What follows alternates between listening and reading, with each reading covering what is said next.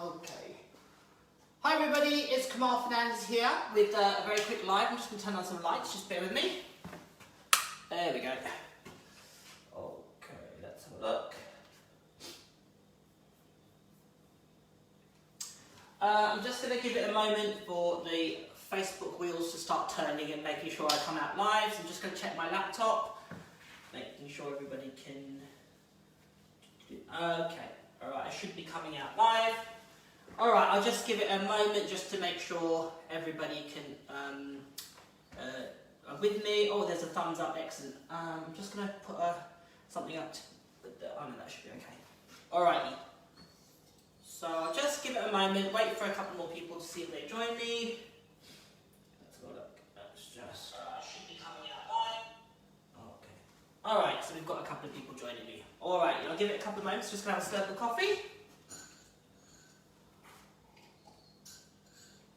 Alright.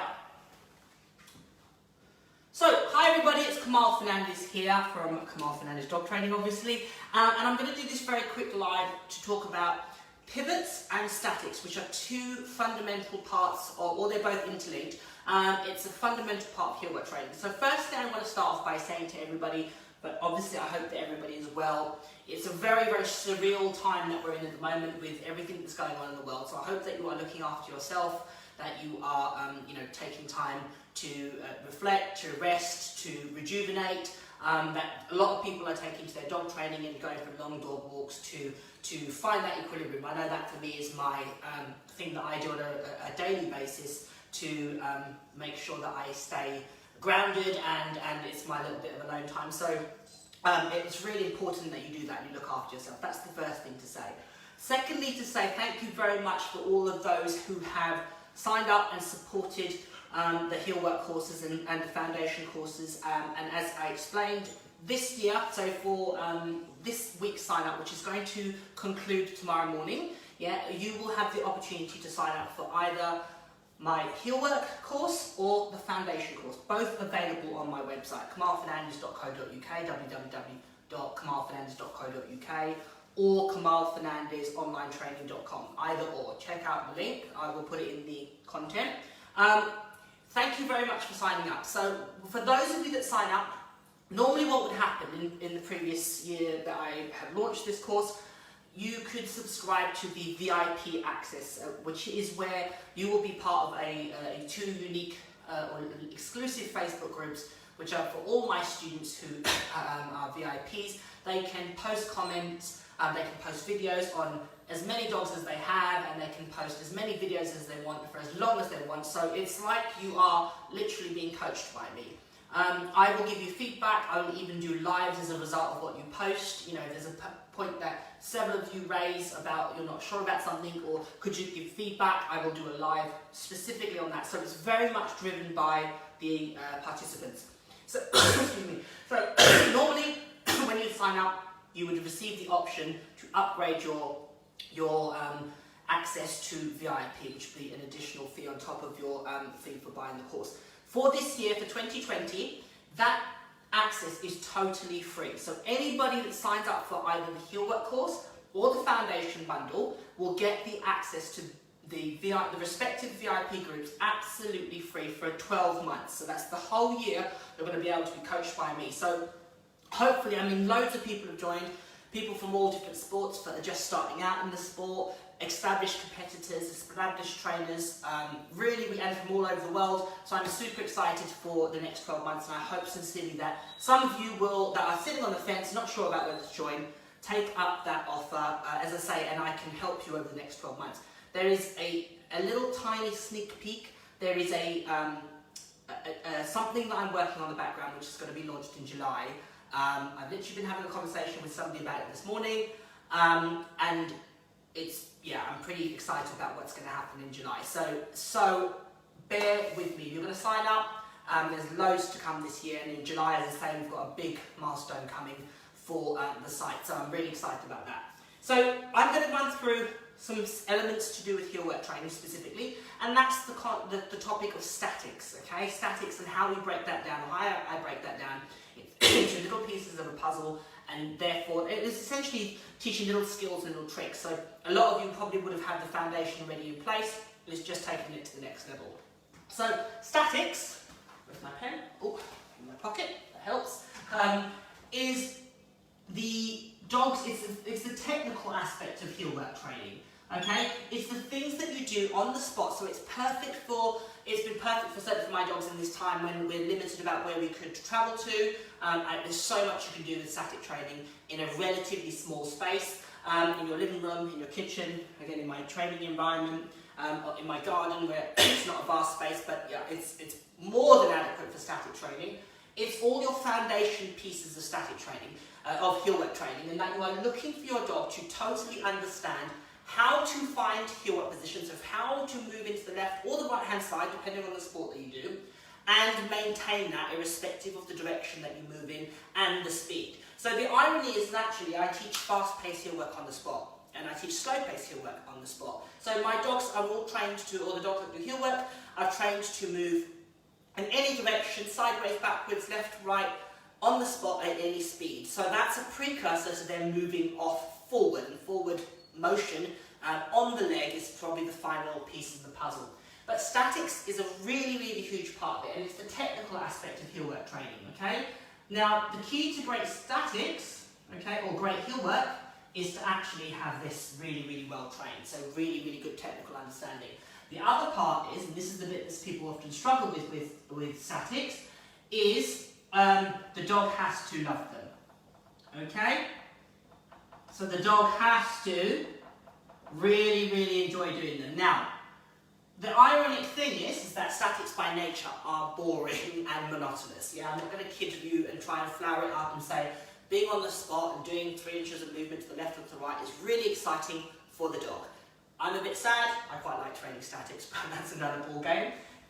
But certainly for the dog it can be quite monotonous, so our job is to make it as interesting and as exciting as we possibly can. We are looking not only for the dog to be able to manoeuvre in position, but the manner in which the dog manoeuvres and the intensity. We want to build loads of drive into our dog statics, okay?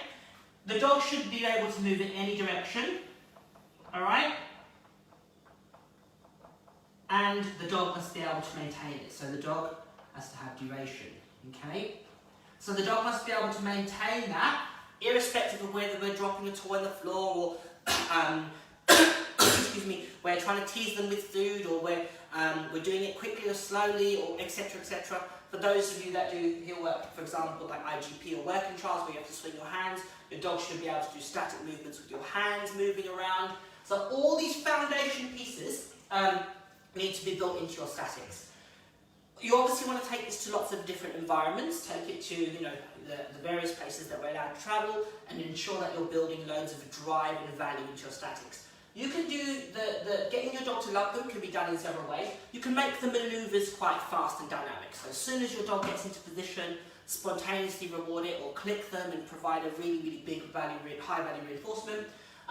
You can do little games where I like to push my dogs off and have them slam back into my legs, or try and almost make them go wrong, so I try and fight them off the leg and I make it really fun. I can push them away and let them find it at speed. I can send them around the cone and have them drive into position. So there's loads of things you can do to build value for your statics. Now I equate statics to an end position on agility contact.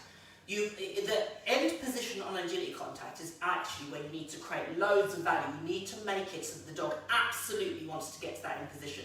And therefore what happens when you back train it, when you take the dog further away from that end position, the dog wants to drive into that position. So it actually creates a better overall contact if the dog actually wants to do the bit, and the little tiny technical bit. So that's the same principle for a static heel work position. And as a judge, as a championship level judge, I can tell you how a dog will do heel work by the manner in which it adopts, so how it finds position, and the manner in which it sets up for heel work, so the beginning of the static position. I can tell you exactly how the dog's going to do heel work within reason, but I can 99% of the time tell you exactly how the dog's going to do heel work. Just by the way it sets up, I can tell you the level of commitment it's going to have, whether its position is going to be forward, back, loose, tight, laying on, etc, etc, all by the quality of that initial response. So it's absolutely imperative that you train this bit really, really thoroughly, okay?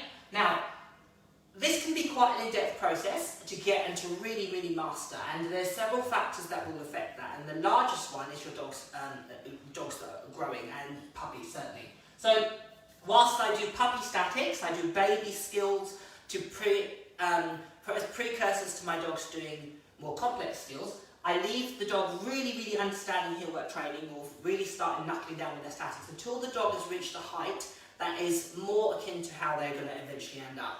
The reason being, if you teach static heel work position with a tiny puppy where they were down on your leg, as they progress up your leg, that those reference points that your dogs are going to acquire are going to change as the dog grows. So the dog's going to have to almost relearn skills.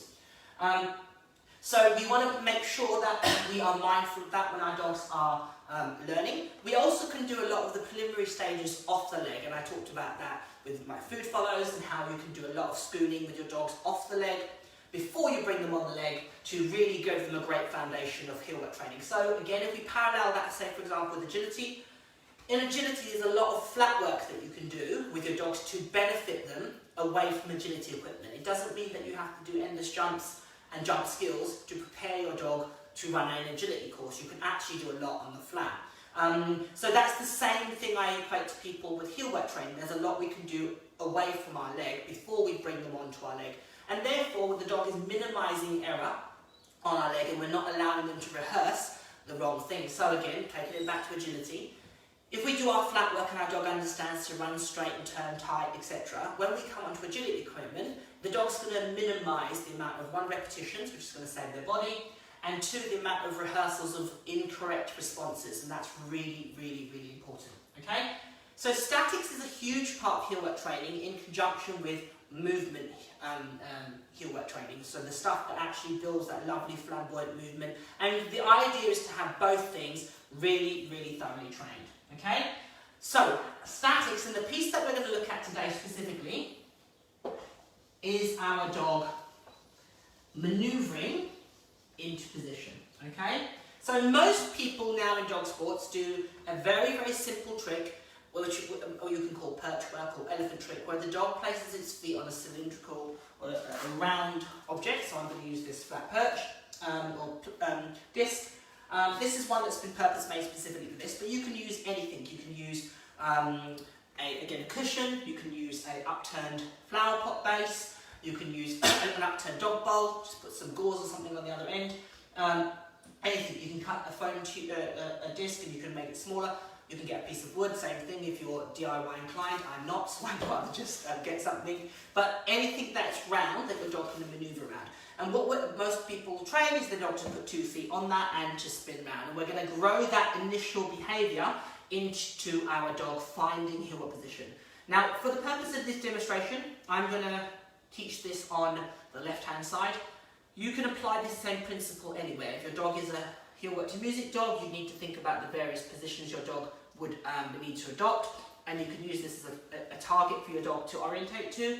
And there's 2 ways in which I teach my dog to find position. One is orientating on the disc, and 2 is a physical movement with my hand, and it's an exercise I call the hand flick. So what I do is I have my hand with my palm facing upwards, and there would be a treat or a reward in the hand.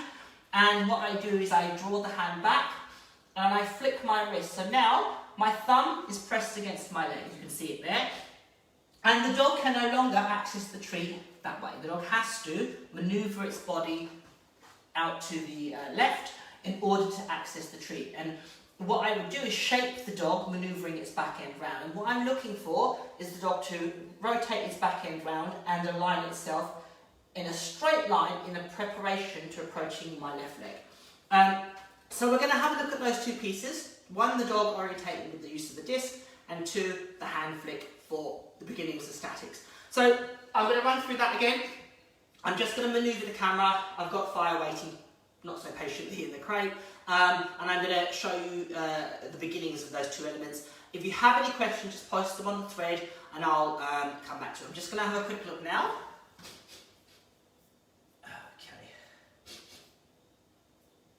Okay, no questions as yet. Okay. Quick blow my nose. The hay fever. I don't know if anybody, oh, excuse me, don't know if anybody else has hay fever, but it seems to be pretty bad this year. So I'm going to move the camera and my laptop. Just bear with me, everybody. So let's put that over here.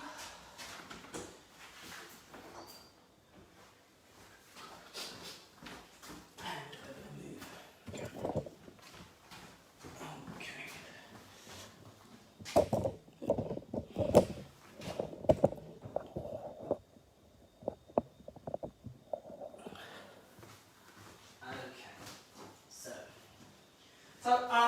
I'm going to run through the pivot on the disc first, okay?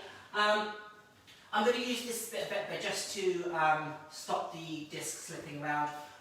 Normally there's a bit of backing on that, but I took it off for a specific reason. It was actually to fade it, so that's an important step to think about. So this disc is great because it has two bits of carpet on it. I actually deliberately took one bit of carpet off, I should say, so that I could then transfer and start to fade this out of the equation, and that's really, really important. So I just pulled the back bit off, and I used that to transition from having the perch with a little bit of depth to it being flatter on the ground. So just for the purpose of this, I'm going to have this bit of Vetbed just to make sure it doesn't move around when my dog is working on the disc. Okay, that's why that's like that. Quick slurp of coffee. And I'm going to run you through teaching this behaviour. Most of you probably have taught this behaviour to your dogs. There's loads of information free on YouTube about teaching this basic skill, and there's a couple of little things that I do specifically in relation to this which will help me with heel work training. So I'm going to just run through those. Good girl, let me get my dog. Good girl, fine. Okay. Good girl. Yeah. Good girl. She's landing that one. Okay. That's breaking the joint up. Good. Oh, good. Right. So. Okay. Good girl. Good. So a little bit of interaction. Fine. Thank you. Good girl. Thank you. So, first thing, obviously, Fire knows to offer. Good girl. And she's going to jump on it straight away. So the first thing you shape is your dog just being able to step on it. Now she's jumping the gun and understands that. Get rid of this for a second. Good girl. Fine. To step on it. Good. Well done. And initially I would just have the dog do that in front of me. So this is a great way to also teach your dog to. Good girl.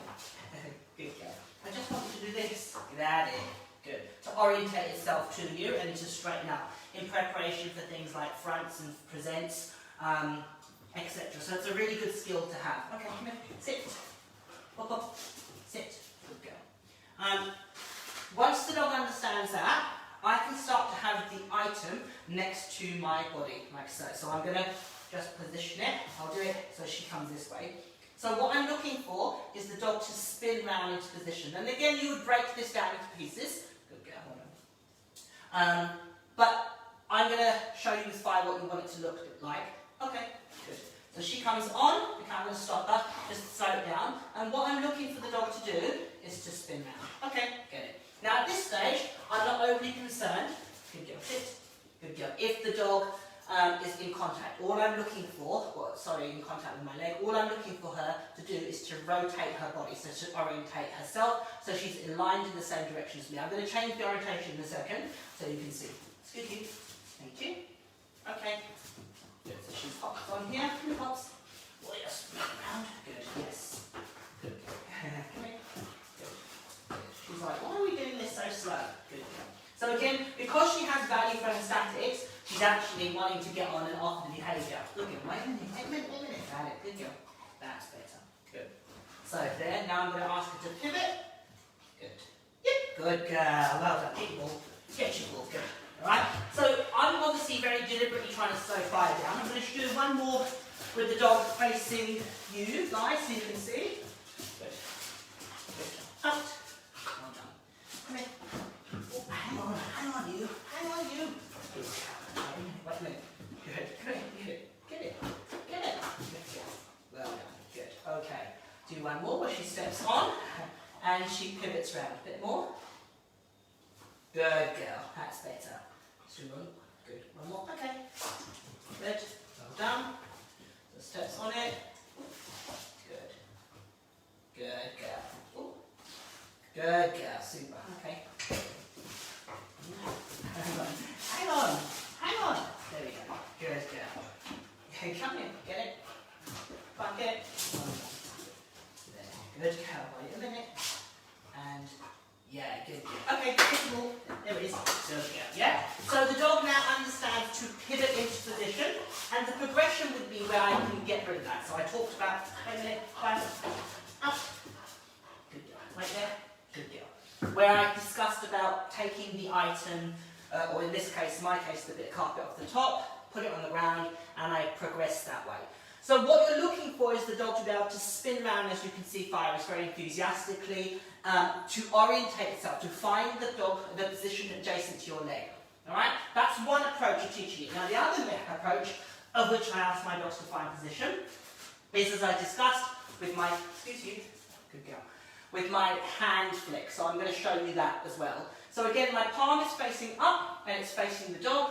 And what I'm going to do is just flick my wrist so my thumb is in contact with my leg, and hopefully what she will do is rotate around. Okay, good. Get it? Good. So there. Good. So my palm's facing up. I flick my wrist. Good. Get it. Good girl. And you can see there her rotating. Let's do that again. It wasn't very good for you, was it? Good. Okay. Yep. Good girl. Well done. Okay. Wait a minute. Good, yeah, you can see her flicking. I'm going to do that towards you at an angle. Come here, Pops. So I'll do a slight angle, okay? Bye.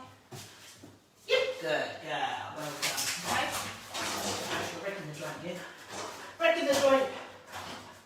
Good, that moves the thing. Good, good. Right there, so let's do one more. Good. So my hand starts in front of the dog, or facing the dog, I should say. I flick my wrist behind me.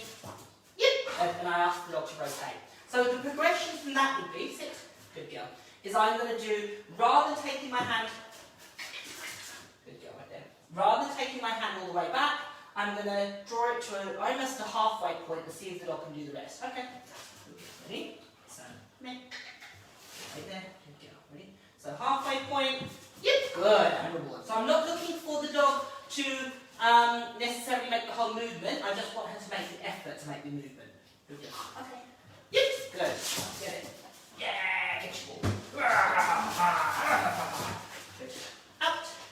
Good. Move. So right there. Let's do that one again. So my hands and her nose. Now I'm going to reduce the movement even more so. Fine. Right there.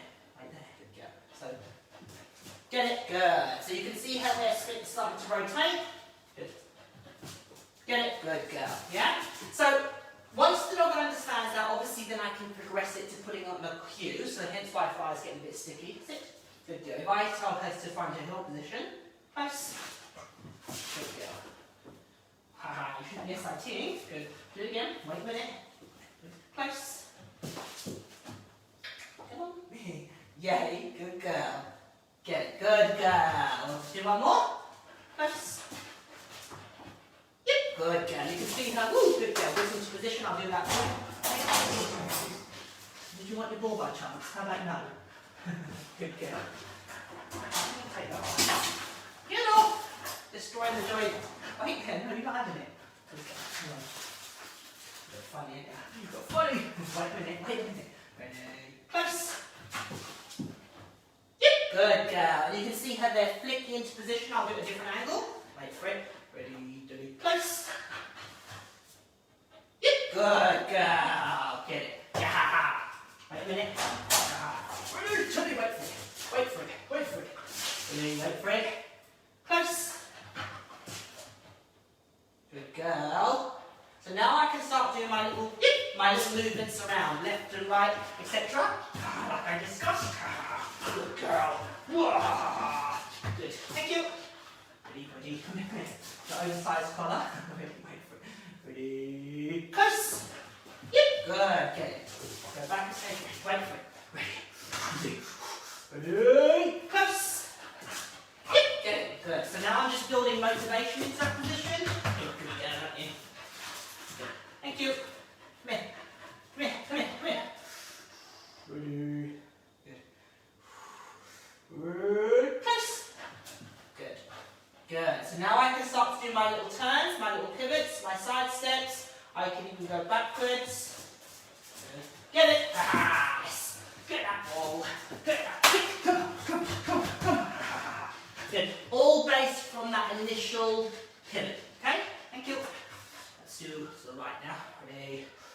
Wait for it.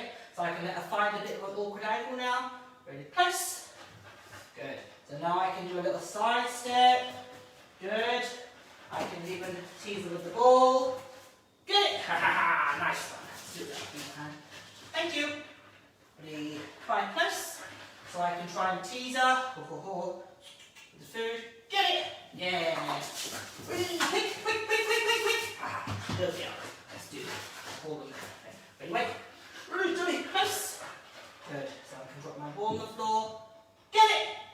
Yeah, nice one.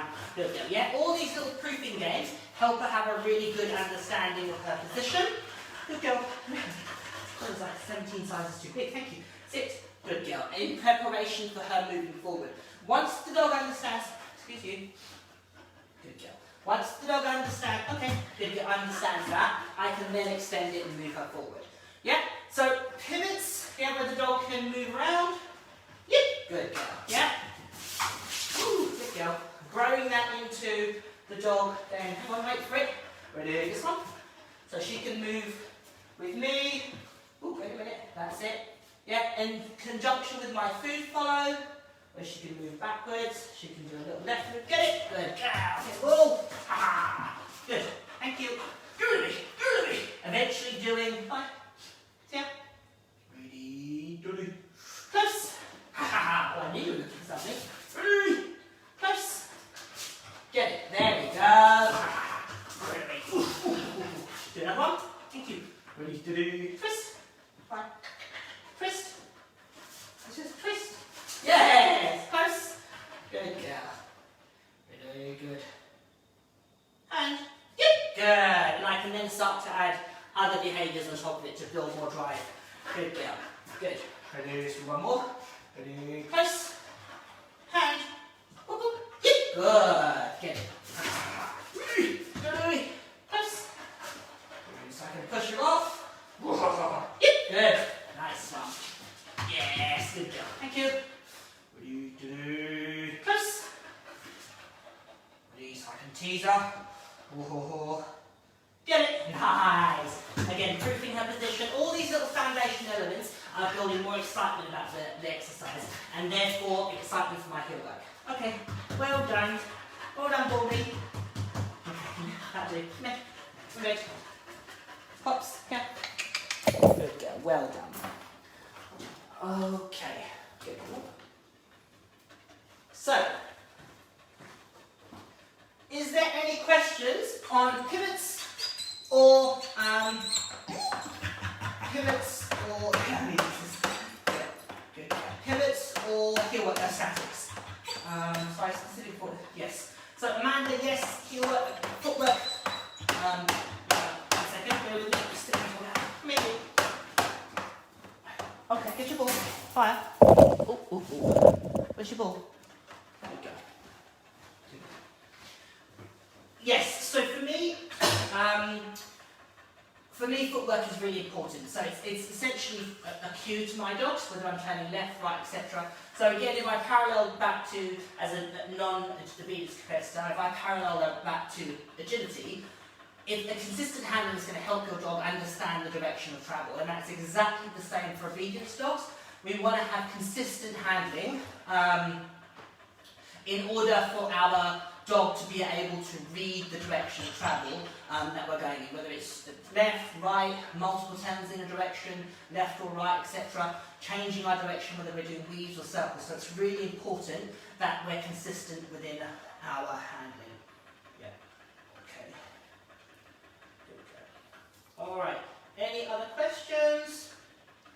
So Carolyn, so yes, in the UK obedience, our dogs are always on the left, unless you have, I believe, specific reasons for the dog not to be able to. If it's a medical reason, you do get exempt from that ruling. But as a general rule, our dogs are trained to work on our left, and you'll find most dog sports have the dog work on the left, with the exception of heel work to music, where the dog has to have actually 8 different positions, and Mondio ring, where the dog can work on the right as well. I think, yeah, the dog can be on either side.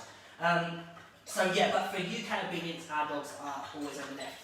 As a teaching element, I do work my dogs on both sides, with just to ensure that they don't get, to ensure that they're balanced in their movement. All right? Good. Yeah, JC, I'm weird. I like statics as well, thankfully enough. But yeah, so we're both a bit weird, but there you go. All right. Any final questions on pivots or statics? They can sometimes be a little bit, for a lot of people they can be a little bit tedious, but as I said, if you can see how enthusiastic fire is to do them and to find position, and that's the key to getting really, really enthusiastic, dynamic heel work, to get statics really, really intent and getting loads of energy and drive into them. Okay? Alright, I'm just going to see if there's any final question.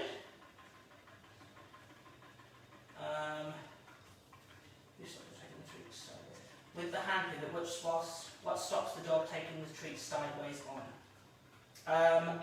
So Emily asked, with the hand pivot, what stops the dog taking the treat sideways on?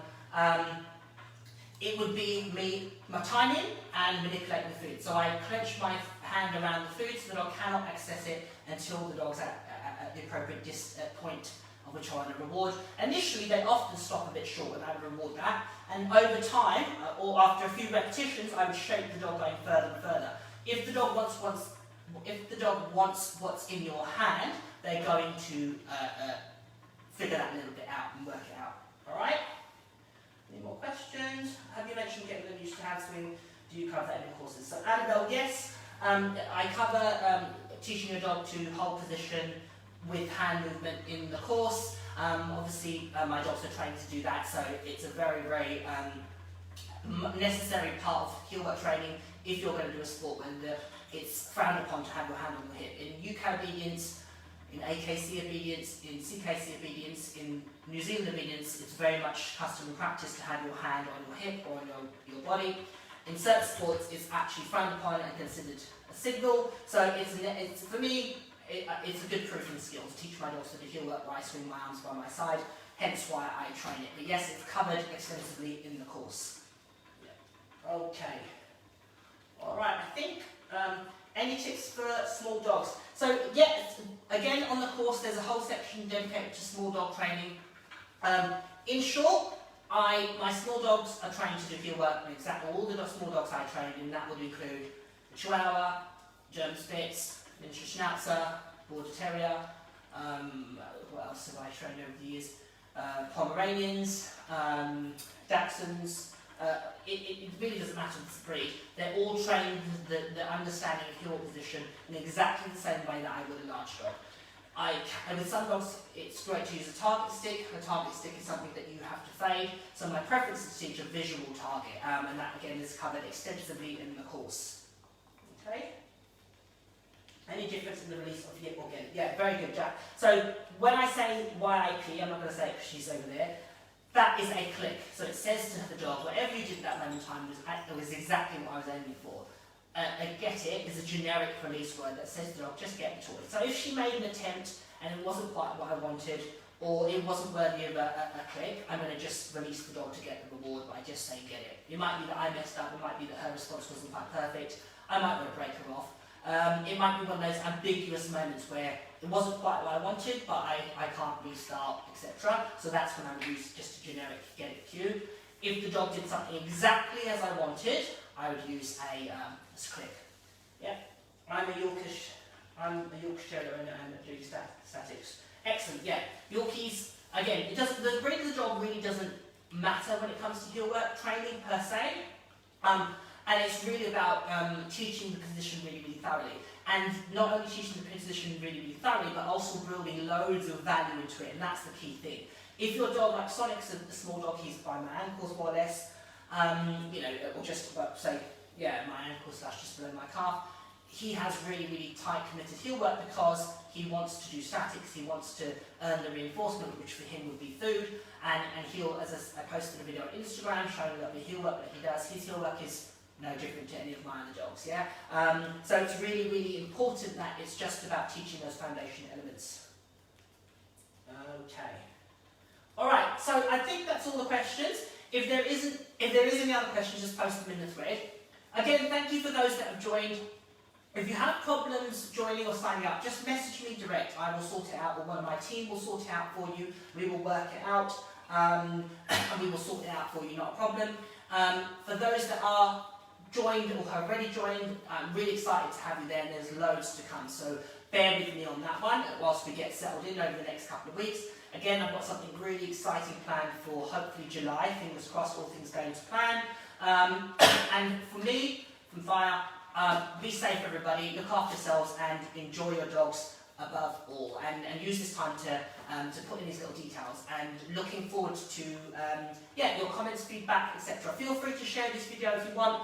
If you want to have more content and you at this moment aren't in the situation to sign up for the courses, just sign up for my free Facebook group, which is Kamal Fernandez Dog Training Group.